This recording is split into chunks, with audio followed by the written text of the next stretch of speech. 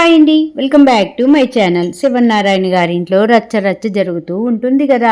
ఈ జోష్న 10,000 రూపాయలు డబ్బులు ఇచ్చి ఈ దీపకు సంబంధించిన క్యాబిన్లో అంటే ఆ రెస్టారెంట్లో సీఈఓగా పోటీ చేయడానికి ఇద్దరు కూడా పోటీ చేస్తూ ఉంటారు కదా. జోష్న ఒక పక్క, దీప ఒక పక్క. 15 రోజుల్లో ఎవరైతే రెస్టారెంట్ని అభివృద్ధిలోకి తెస్తారో వాళ్ళకే సీఈఓ పోస్ట్ అని చెప్పి శివనారాయణ గారు ఆ క్యాబిన్ సభ్యులందరూ చెప్తారనమాట. ఇంకా జోష్న ఏమో ఈ దీప సీఈఓ అయితే ఎలాగా తనని అలాగేని ఈ పోటీ నుంచి రద్దు చేపియాలనే ఉద్దేశంతో దేవకి ఇచ్చినటువంటి రెస్టారెంట్ భోజనంలో కాకురోచి వేసేటట్టుగా వాడికి 10,000 డబ్బులు ఇచ్చి ఒక మనిషిని మాట్లాడుతుంది. అదంతా కూడా జోష్నే చేపిచ్చేసింది అని రుజువులతో సహా బయటకు వచ్చేస్తుంది. శివనారాయణ గారు క్లాస్ పీగుతారు. ఇంకా సుమిత్ర జోష్న చెంప పగలగొట్టబోయి నేను ముట్టుకోవాలన్నా నాకు సిగ్గుగా అనిపిస్తుంది, అసలు నువ్వు నా కూతురు అని చెప్పుకోవటానికి కూడా నాకు సిగ్గుగా అనిపిస్తుంది, ఇలాంటి దానివి నా కడుపున ఎలా పుట్టావే, మనలో అసలు ఎవరు నీలాగా ఎవరు లేరు కదా అనేసి జోష్నని నోటుకొచ్చినట్టుగా మాట్లాడుతుంది కదా సుమిత్ర. ఈ మాటలన్నిటికీ కూడా జోష్న ఈ కార్తీక్ బావ, దీప, ఈ సూరజ్ వీళ్ళ ముగ్గురు కలిసి ఇంట్లో నా పరువు అంతా తీశారు, నేనేదో చేద్దామనుకుంటే ఇంకేదో అయ్యేటట్టుగా చేశారు, వీళ్ళ అంతు చూడాలి అని చెప్పి కోపంతో ఊగిపోతూ ఉంటుంది. ఏవేవో ఆలోచనలన్నీ చేసేస్తుంది కదా. పొద్దున్నే ఇంట్లో కుటుంబ సభ్యులందరినీ పిలిపించి మీటింగ్ ఏర్పాటు చేస్తుంది అనమాట. ఇంకా జోష్న అందరినీ కూర్చోబెట్టి కామ్గా నిలబడి ఉంటుంది. అప్పుడే శివనారాయణ గారు అంటూ ఉంటారు, అందరినీ రమ్మని చెప్పావు మాట్లాడటానికి, దేని గురించి రమ్మన్నావు ఏంటి అనేసి అనగానే ఈలోపే పారిజాతం కూడా అంటుంది, జోష్న మాట్లాడివే, మీ తాతయ్య గారు చెప్తున్నారు కదా అనేసి అనగానే శివనారాయణ గారు అంటారనమాట, ఈ జోష్న మాట్లాడే ముందు నేనే ఒక ప్లాన్ అనుకున్నాను, నేనే నా నిర్ణయాన్ని చెప్పేయాలనుకుంటున్నాను అనేసి శివనారాయణ గారు స్టార్ట్ చేయబోతూ ఉంటే అప్పుడే జోష్న అంటుంది, తాతయ్య నేను చెప్పాలనుకుంది చెప్తాను, ఆ తర్వాత మీరేమనుకుంటున్నారు చెప్పండి అనగానే సరే ఏం మాట్లాడాలనుకుంటున్నావో మాట్లాడు అని చెప్పేసి ఇంకా శివనారాయణ గారు కూడా జోష్నని అడుగుతూ ఉంటారనమాట. అప్పుడే జోష్న అంటుంది, నేను చేసింది తప్పే కాబట్టి నేను దీపని క్షమాపణలు అడగాలనుకుంటున్నాను అనేసి అంటుందన్నమాట. ఆ మాటకి కార్తీక్ ఇంకా యాక్షన్ స్టార్ట్ చేస్తాడు. వామ్మో, నాకు కడుపులో తిప్పేస్తుంది, గుండె పట్టేస్తుంది, ఈ జోష్న ఏంటి ఒక్కసారిగా దీపకు సారీ చెప్పాలనుకుంటుంది, అసలు నిజంగా జోష్న నువ్వు జోష్నవేనా, దీపకు సారీ చెప్పాలనుకుంటున్నావా, నీ సారీ వెనకాల మళ్ళీ ఏమన్నా ప్లానింగులు కుట్రలు కుతంత్రాలు ఉన్నాయా, ఇదిగో దీప నాకు వేడివేడిగా వేడి నీళ్ళు తీసుకొని వస్తావా అనేసి అనగాని ఏంటి బావా ఏంటి అనగాని గుండె పట్టేసినట్టుగా అనిపిస్తుంది దీప. ఆ జోష్న మాటలు వింటుంటే నీకేం అనిపించట్లేదా, నాకు చాలా తేడాగా ఉంది, ఉట్టి నీళ్లు సరిపోవు దాంట్లో కొంచెం అల్లం కూడా వెయ్యి అది ఇదని ఎగతాళి చేస్తూ ఉంటాడనమాట.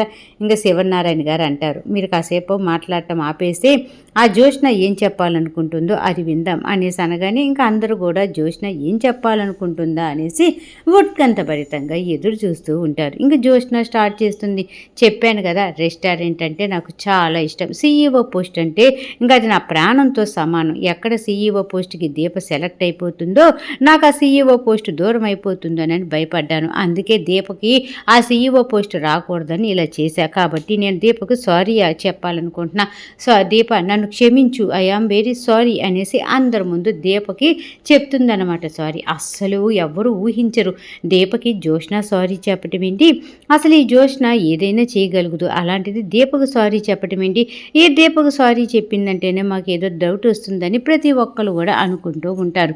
అప్పుడే పారిజాతం అంటూ ఉంటుంది, జోష్న నిజంగా నేను దీపకి క్షమాపణలు చెప్తున్నావా అనేసి అనగానే అవును గ్రాని నేను చేసింది తప్పే కదా, కాబట్టి నేనేంటో తెలుసుకున్నాను, దేనికంటే రెస్టారెంట్ల కంటే కూడా మన పరువు ప్రతిష్టలే మనకి ఇంపార్టెంట్ అని నాకు అర్థమైంది, నేను చేసింది పెద్ద తప్పు అని అర్థమైంది, దీప చక్కగా తెలివిగా జనాల ముందు నా పరువు పోకుండా కాపాడింది, మన పరువు ప్రతిష్టలు కాపాడింది, అందుకే వీటన్నిటిని కూడా నా మనసులో పెట్టేసుకొని నేను దీపకి క్షమాపణలు అడగాలనుకుంటున్నాను, అది కాకుండా మా అమ్మ నా గురించి అలా మాట్లాడుతూ ఉన్నా నాకు చాలా బాధగా అనిపించింది అని చెప్పేసి జోష్న చెప్తూ ఉంటుంది.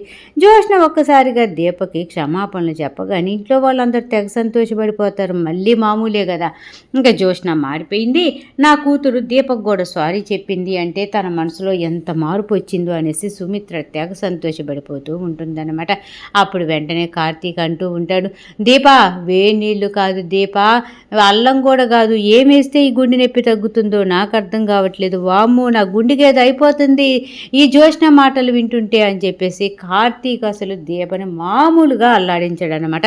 ఇంకా అప్పుడే జ్యోష్ణ అంటూ ఉంటుంది, ఇంకా తాతయ్య అలాగే ఇంకొక విషయం, నేను రాసుకున్నటువంటి అగ్రిమెంట్ కూడా క్యాన్సిల్ చేసేసుకోవాలనుకుంటున్నాను, దీపని కార్తీక్ని ఇంకా వాళ్ళ ఇంటికి పంపించేయాలనుకుంటున్నాను, ఇంకెక్కడ అవసరం లేదు, ఎందుకంటే నాకు దీప మీద బావ మీద నమ్మకం ఉంది, బావ దీపకి ఎలాంటి పరిస్థితుల్లో కూడా హెల్ప్ చేయడని కూడా అనిపిస్తుంది, కాబట్టి ఈ సీఈఓ పోస్ట్కి నేను న్యాయంగానే పోటీ చేయాలనుకుంటున్నాను, న్యాయంగానే పోటీ చేస్తాను అని చెప్పేసి ఇంకా జ్యోష్ణ చెప్పేస్తుంది. అందరూ తెగ సంతోషపడిపోతారన్నమాట.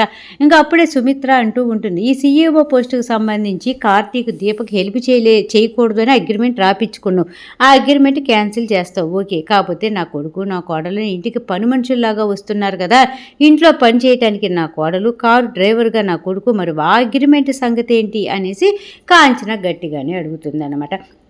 కాంచన అడిగిన దానికి జ్యోష్ణ జవాబు చెప్తూ ఉంటుంది, ఆ అగ్రిమెంట్ అయితే ప్రస్తుతానికి క్యాన్సిల్ చేయలేను అత్తయ్య, ఆ అగ్రిమెంట్ అలాగే ఉంటుంది, కాకపోతే దీప అలాగే కార్తీక్ బాబా మీరు మీ ఇళ్ళకి వెళ్ళిపోవచ్చు అనేసి చెప్పగానే అబ్బా మాకు ఇప్పటికి విముక్తి కలిగిందన్నమాట. అయినా జ్యోష్ణ నువ్వు ఇలా తయారయ్యావంటే నా మేనకోడలంటే ఎంత గొప్పగా ఉండాలి అని నేను గర్వంగా చెప్పుకోవాలనుకున్నా, కానీ ఇలా ఉంటావని అస్సలు అనుకోలేదు. పోనీలే ఏ దేవుడి దేవాల్లో నీ మనసు మారింది, మొత్తానికి దీపకి ఇంకా ఎటువంటి చెడు చేయనని అంటున్నావు, సీఈఓ పోస్ట్కి న్యాయంగా పోటీ చేస్తానంటున్నావు, ఈ మార్పైనా నీలో వచ్చింది, ఇంకా పోనీలు అదైనా చాలు అని చెప్పేసి ఇంకా ఇదిగో ఇవాళ సాయంత్రమే వెళ్ళిపోతున్నాం దీప, లగేజీ అంతా మనం సర్దేసుకోవాలి అని చెప్పేసి ఇంకా కాంచన దీపతో చెప్తూ ఉంటే అప్పుడే అక్కడ ఉన్నటువంటి శివనారాయణ గారు అంటూ ఉంటారు, అదేంటమ్మా అంత అర్జెంట్ ఏముంది, 4 రోజులు ఆగి వెళ్ళండి అనేసి అనగానే వద్దులే నాన్న, మళ్ళీ 4 రోజులు ఆగామనుకో నీ మనవరాల మనసు ఏం మారుతుందో మళ్ళీ ఏం మాట్లాడుతుందో కూడా తనకు అర్థం కాదు కదా, కాబట్టి మేము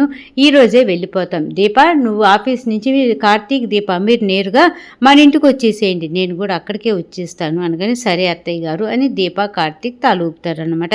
ఇంకా కాంచన వెళ్ళబోతూ ఉంటే సుమిత్ర అంటూ ఉంటుంది, వదిన నేను నీకు బట్టలు సర్దటంలో హెల్ప్ చేస్తా పదండి వెళ్దాం అని చెప్పేసి కాంచన సుమిత్ర ఇద్దరు వాళ్ళ బెడ్రూమ్లోకి వెళ్ళిపోతారు. దీప కార్తీకు ఇంకా మాట్లాడుకుంటూ ఉంటారు కదా. ఇంకా శివనారాయణ గారు వీళ్ళందరేమో ఆఫీస్కి టైం అవుతుంది ఇంకా బయలుదేరాలి అని చెప్పేసి ఎవరి రూముల్లోకి వాళ్ళు రెడీ అవ్వటం కోసం వెళ్తారు. ఇంకా కార్తీక్ దీప మాట్లాడుకుంటూ ఉంటారన్నమాట. దీప అంటూ ఉంటుంది, చూసావా బావా ఆ జ్యోష్ణ ప్లాను, ఎందుకంటే అమ్మ చెప్పింది కదా నా కడుపున చెడబుట్టావు, నా కడుపున దీప పుట్టున్నా బాగుండేది, నువ్వు నా కడుపును పుట్టినా నువ్వు నా సొంత కూతురులాగా ప్రవర్తించట్లేదు అని చెప్పేసి ఆ మాటలకి జ్యోష్ణ నాకు సారీ చెప్పడానికి కూడా మొహమాట పడకుండా సారీ చెప్పి తనేదో మంచిదానిలాగా నటిస్తుంది అనేసి ఇంకా దీప కార్తీక్తో చెప్పగానే కార్తీక్ అంటూ ఉంటాడు, ఎవరేమనుకున్నా ఎవరెన్ని ప్లాన్లు వేసినా నువ్వు సుమిత్రత కూతురువే కదా, కాబట్టి నువ్వు టెన్షన్ పడాల్సిన పని ఏం లేదు దీప, జ్యోష్ణ ఏ ప్లాన్లు వేసినా సరే ఆ ప్లాన్లను పసిగట్టి మనం ముందుగానే ఇంకా జ్యోష్ణ ఎటువంటి చెడు చేయకుండా మనం కాపాడుకోవాలి, తప్పదు ఏం చేస్తాం, ఇప్పటికిప్పుడు నువ్వే సుమిత్రత కూతురు అని చెప్పలేము, ఆ పరిస్థితులు కూడా ఇప్పుడు సరిగా లేవు అనేసి వీళ్ళు మాట్లాడుకుంటూ ఉండేలోపే జ్యోష్ణ వస్తుందన్నమాట. వచ్చి ఏంటి నేను క్షమాపణలు చెప్పాను అని చెప్పేసి భార్యాభర్తలు ఇద్దరు తెగ సంతోషపడుతున్నారా, చూడు దీప నువ్వు ఎప్పటికీ ఇంటికి వారసురాలివి కాలేవు, మా అమ్మకి నువ్వు సొంత కూతురువైనా సరే నువ్వు ఎప్పటికీ సొంత కూతురివి కాలేవు, నేనే సొంత కూతురిని, ఈ ఇంటి వారసురాలిని, శివనారాయణ గారి మనవరాలిని, అర్థమైందా, నువ్వెన్ని ప్రయత్నాలు చేసినా నన్ను ఇంట్లో ఎంత బ్యాడ్ చేయాలని చూసినా నువ్వు నాకు అస్సలు పోటీ రాలేవు అని చెప్పేసి జ్యోష్ణ అంటుందన్నమాట.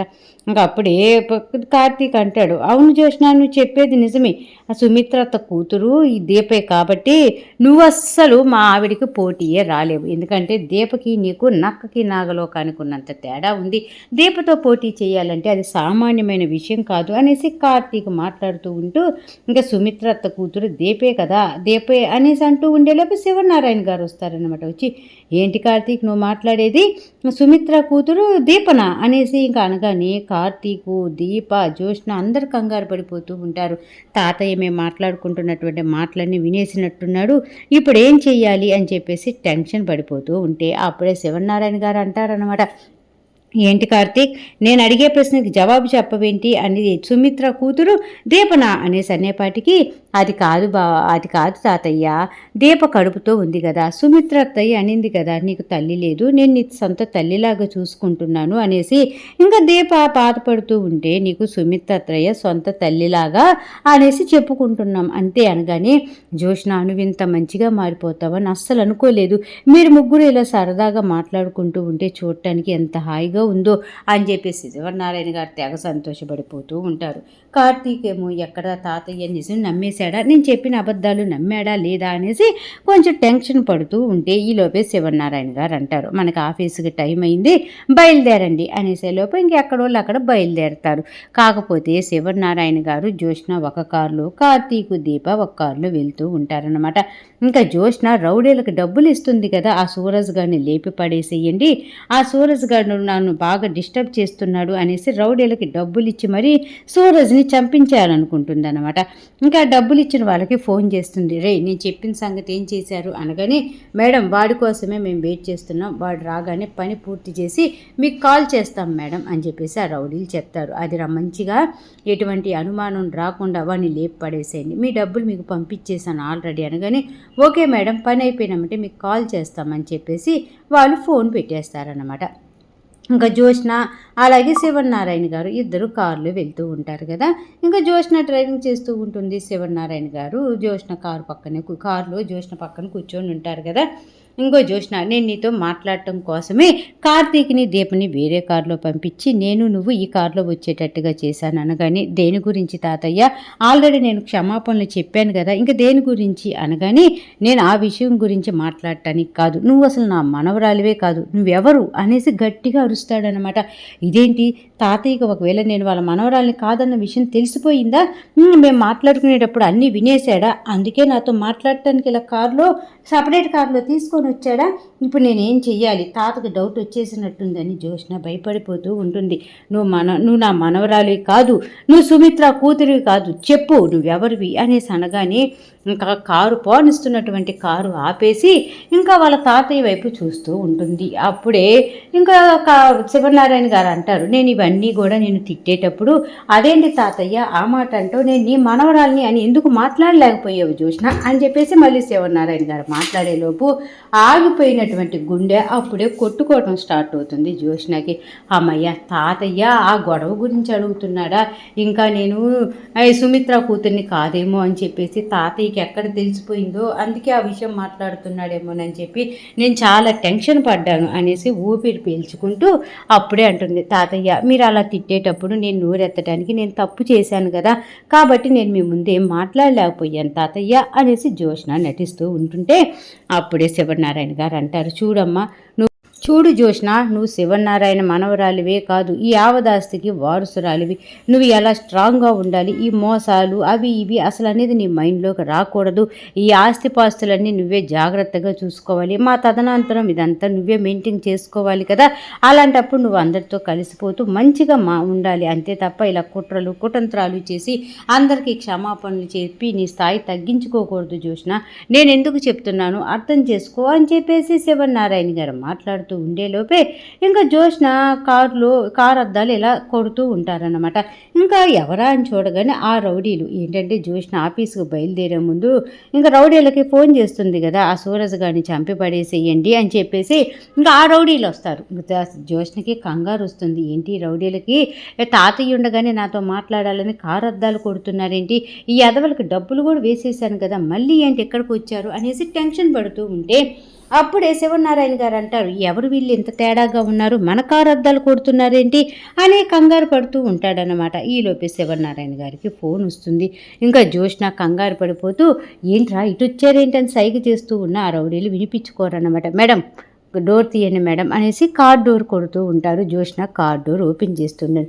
శివనారాయణ గారు అంటారు, వాళ్ళతో నీకేంటి మాటలు జోష్న అనేసి అనగానే, అయ్యో తాతయ్య ఈ మధ్య చందాలకి ఇలాగ వచ్చి అడుగుతున్నారులే తాతయ్య అని చెప్పేసి జోష్న అబద్ధాలు ఆడుతూ, మీరు ఫోన్ మాట్లాడండి తాతయ్య వీళ్ళని నేను చూసుకుంటాను అనేసి అనగానే, ఎంతో కొంత డబ్బులు ఇచ్చి పంపించేయమ్మ వాళ్ళతో నీకు మాటలేంటి అనేసి శివనారాయణ గారు వచ్చినటువంటి ఫోన్ లిఫ్ట్ చేసి మాట్లాడుతూ ఉంటారు. జోష్న కార్ దిగుతుంది. అప్పుడే వాళ్ళతోటి అంటూ ఉంటుంది, ఏంట్రా నేను చెప్పిన పని ఏమైంది అనగానే, పూర్తిగా చేసేసాం మేడం, మా డబ్బులు మాకు ఇస్తే మేము వెళ్ళిపోతాం అనేసి ఆ రౌడీలు అంటారనమాట. అదేంట్రా మీ డబ్బులు మీకు ఇచ్చేసా కదా, మళ్ళీ ఏం డబ్బులు అనేసి అనగానే, ఆ డబ్బులు సరిపోవు మేడం, 50 లక్షలు డబ్బులు కావాలి అనేసి అనగానే, ఏంటి 50 లక్షలు డబ్బులు కావాలా అని చెప్పేసి నోరు ఎల్లబెడుతుందనమాట. మీరు ఇవ్వలేకపోతే చెప్పండి మేడం, నేను వెళ్ళి మీ తాతయ్య గారిని అడుగుతామనేసి, రే పదండ్రా ఆ ముసలోడిని వెళ్ళి అడుగుదామనేసి ఆ రౌడీలు వెళ్ళబోతూ ఉంటే, రే ఎక్కడికి రా వెళ్ళేది మీరు, మా తాతయ్య దగ్గరికి వెళ్ళి మీరు డబ్బులు అడగటం ఏంటి అనేసి జ్యోష్న ఎదురు తిరుగుతుంటే, ఒరే దాన్ని ఏంటి అలా ఎదురు తిరుగుతుంటే చూస్తూ ఉంటారు, దాన్ని పట్టుకోండిరా అని చెప్పేసి ఆ రౌడీలందరూ కూడా ఆ జ్యోష్నాన్ని పట్టుకుని చేతులు ముందుకు కదలనివ్వరా అనమాట. శివనారాయణ గారు ఫోను మాట్లాడుతూ ఇలా అద్దంలో నుంచి చూసేపాటికి ఆ రౌడీలు జ్యోష్నని పట్టుకొని చేతులు పట్టుకొని ఉంటారు. శివనారాయణ గారు ఫోన్లో మాట్లాడుతూ ఆ సన్నివేశం చూసి కంగారు పడిపోతారన్నమాట. మళ్ళీ రౌడీలు జ్యోష్నని ఏదో చేయటానికి వచ్చారు, జ్యోష్నని పట్టుకున్నారు అనేసి మాట్లాడుతున్నటువంటి ఫోన్ పక్కన పడేసి, రే ఎవర్రా మీరు, నా మనవరాలను ఏం చేస్తున్నారా అనేసి గబగబా వెళ్తాడనమాట. అక్కడికి వెళ్ళేపాటికి పాప మా శివనారాయణ గారు ఆ రౌడీలను పట్టుకోబోతే వాళ్ళు నెట్టేస్తారు. శివనారాయణ గారు పక్కన పడిపోతారు. ఇంకా జ్యోష్ణని, ఒరే కారు ఎక్కించండిరా దీని అంతు చూద్దామనేసే లోపు రౌడీలు జ్యోష్ణని కారు ఎక్కియాలని బలవంతంగా తీసుకెళ్తుండే లోపు సూరజ్ వస్తాడు. రే జ్యోష్ణని వదిలిపెడతారా లేదంటే ఇప్పుడు మీ అంతు చూడమంటారా అని చెప్పేసి, దానికి ఒక చెయ్యి బాగోదు కదా, అయినా కూడా ఇంకో చేత్తోని రౌడీల మీద ఫైటింగ్కి దిగుతాడు. రౌడీలను పటాపటా కొడతాడు. అక్కడ రౌడీల చేత సూరజ్ దెబ్బలు కూడా తింటారు. ఇంకా రౌడీలు పారిపోతారు, జనాలు వస్తున్నారు, ఇప్పుడు పెద్ద గొడవ అయ్యేటట్టుంది, ముందు ఇక్కడి నుంచి పారిపోదాం పద అని చెప్పేసి ఆ రౌడీలు అక్కడి నుంచి పారిపోతారన్నమాట. సూరజ్కి ఆ రౌడీల వల్ల కొంచెం దెబ్బ తగులుతుంది. వెంటనే శివనారాయణ గారు కంగారు పడిపోతూ, అమ్మ జ్యోష్ణ సూరజ్ని హాస్పిటల్లో చూపించాలి, త్వరగా పదమ్మా అని చెప్పేసి ఇంకా సూరజ్ని తీసుకొని మొత్తానికి హాస్పిటల్కి అయితే శివనారాయణ గారు జ్యోష్ణ వెళ్తారనమాట. ఇక్కడ ఇలా జరుగుతూ ఉంటే ఇంకా ఏంటి సూరజ్ ఆఫీస్కి రాలేదు అని చెప్పేసి దీప ఫోన్ చేస్తూ ఉంటుంది. ఇంకా సూరజ్ హాస్పిటల్లో ఉన్నాడు, ఫోన్ లిఫ్ట్ చేయడు కదా. ఇంకా కార్తీక్ అడుగుతాడు, ఏంటి దీప అంత టెన్షన్గా ఉన్నావు అనేసి అనగానే, ఏం లేదు బావా సూరజ్ ఫోన్ లిఫ్ట్ చేయట్లేదు అందుకని అనగానే, సూరజ్ వస్తాడున్నాడేమో లే దారిలో ఉన్నాడేమో అనగానే, ఎప్పుడైనా ఫోన్ లిఫ్ట్ చేసి మాట్లాడతాడు బావా, అలాంటిది ఫోన్ లిఫ్ట్ చేయకపోతే అనేసి కంగారు పడుతూ ఉంటుందన్నమాట. ఇంకా వెంటనే ఈలోపు శివనారాయణ గారు వస్తారు. వచ్చి, సూరజ్ ఈరోజు ఆఫీస్కి రాడు, తనకి బాగోలేదు ఒంట్లో, హాస్పిటల్లో చూపించి ఇంటి దగ్గర రెస్ట్ తీసుకోమని వదిలిపెట్టి వచ్చాను అనేసి శివనారాయణ గారు చెప్పగానే, సూరజ్కి ఏమైంది అనేసి కంగారు పడతారు. శివనారాయణ గారు జరిగిందంతా చెప్తారు. ఎవరి వల్ల జరిగిందంటారు తాతయ్య గారు ఇది అనేసి కార్తీక్ అనగానే, మన ఎదవ ఉన్నాడుగా, ఆ ఎదవే ఈ రౌడీలను పంపించాడని అనుకుంటున్నాను కార్తీక్ అనేసి శివనారాయణ గారు దీప కార్తీక్ మధ్య సంభాషణ జరుగుతూ ఉంటే ఈరోజు ఎపిసోడ్ అయిపోయిందన్నమాట. మొత్తానికి సీరియల్ బాగుంది, చక్కగా ఉంది, అర్థమైంది అనుకుంటే మర్చిపోకుండా నా ఛానల్ని లైక్ చేయండి, షేర్ చేయండి, సబ్స్క్రైబ్ చేసుకోండి. కింద బెల్ సింబల్ ఉంటుంది కదా, దాన్ని గట్టిగా ఒక బాదేసేయండి. రేపటి ఎపిసోడ్లో మళ్ళీ కలుద్దాం. అంతవరకు ఉంటా మరి, బాయ్.